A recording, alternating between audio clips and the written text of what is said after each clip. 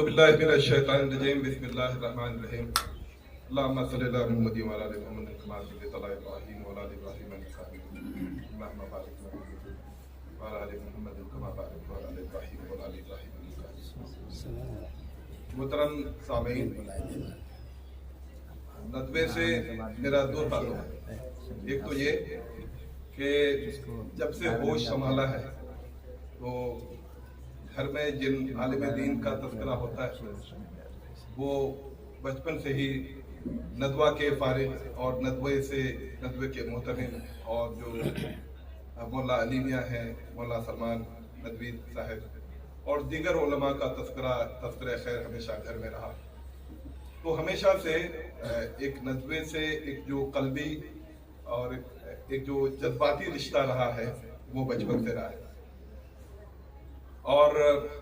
ندوہ کئی بار جانے کا بھی اتفاق ہوا، اور آپ لوگوں کے یہاں پہ ایک کافی مشہور ایک سیئنگ ہے کہ جو لوگ ندوہ ایک دو مرتبہ پہنچ جاتے ہیں وہ آدھے ندوی ہو جاتے ہیں۔ ابھی کچھ دن پہلے مولانا نیاز صاحب کے یہاں پہ بھی جانے کا اتفاق ہوا، اور ان تمام فضاؤں میں جس محفل میں بھی ہم بیٹھے اور جن ندوی جو ہمارے دوست حضرات ہیں ان لوگوں کے یہاں پہ جب بھی بیٹھے تو مجھے لگتا ہے کہ وہ گفتگو ہمیشہ ناتمام رہی ہوگی جس میں مولانا سلمان حسینی ندوی صاحب کا تذکرہ نہیں ہوا ہوگا۔ اتنے بڑے جید عالم ہمارے عہد میں بہت ہی کم لوگ ہوں گے جو علم کے معاملے میں اس پائے تک پہنچے ہوں گے۔ میں جو بات کہنا چاہتا ہوں شاید اسلامی تاریخ کے ایک مشہور واقعے سے میں شاید وہ بات کہوں اور اس بات کے بعد میں اپنی بات ختم کروں کہ اسلامی تاریخ میں امیر معاویہ اور رضی اللہ عنہ اور حضرت علی رضی اللہ عنہ کے بیچ میں جو اختلافات تھے وہ جگ ظاہر ہے، سب لوگ جانتے ہیں۔ ایسے میں صلیبیوں نے ایک پیغام بھیجا حضرت علی کے پاس کہ اگر آپ چاہیں تو ہم آپ کا ساتھ دیں تاکہ معاویہ کے خلاف جو ہے آپ لڑیں۔ اور ایک وفد جو ہے، جہاں تک مجھے یاد ہے، ایک وفد جو ہے انہوں نے اس کے پاس بھی بھیجا، معاویہ کے پاس بھی، حضرت معاویہ رضی اللہ عنہ کے پاس بھی، کہ اگر آپ چاہیں تو ہم آپ کا ساتھ دیں تاکہ آپ علی کے خلاف جو ہے آپ کی فتح ہو سکے۔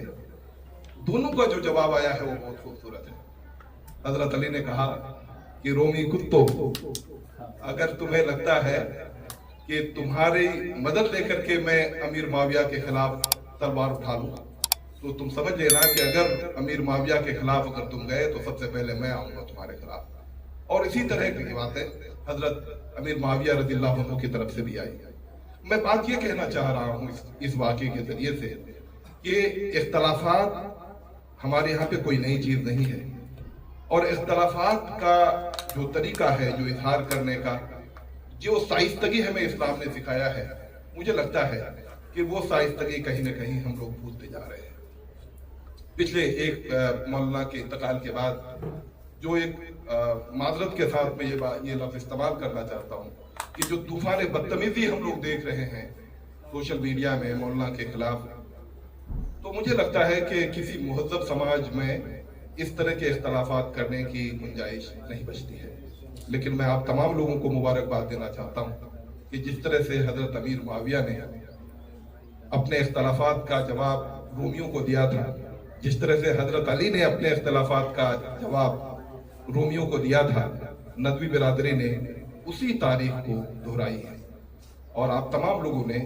ان تمام تر اختلافات کو پس پردہ رکھ کر آپ لوگوں نے مولانا کی خدمات اور مولانا کے جو درجات ہیں ان کی مطلب کہ ان کو تذکرے خیر میں آپ لوگ لے کے آ رہے ہیں، اور میں سمجھتا ہوں کہ اس سے اچھی بات ایک مہذب سماج کے لیے کچھ بھی نہیں ہو سکتی۔ میں اپنے آپ کو خوش نصیب سمجھتا ہوں کہ آپ جیسے علمی حلقے سے ہمارا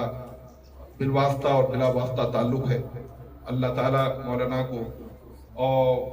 درجات کو بلند کرے اور ان کی لغزشوں کو معاف کرے، اور ندوہ برادری اور ان کے خاندان اور تمام لوگ جو مولانا سے نسبت رکھتے ہیں، اللہ تعالیٰ ان کو صبر جمیل دے اور پوری امت کو بہترین نعم البدل عطا فرمائے۔ آمین ثم آمین۔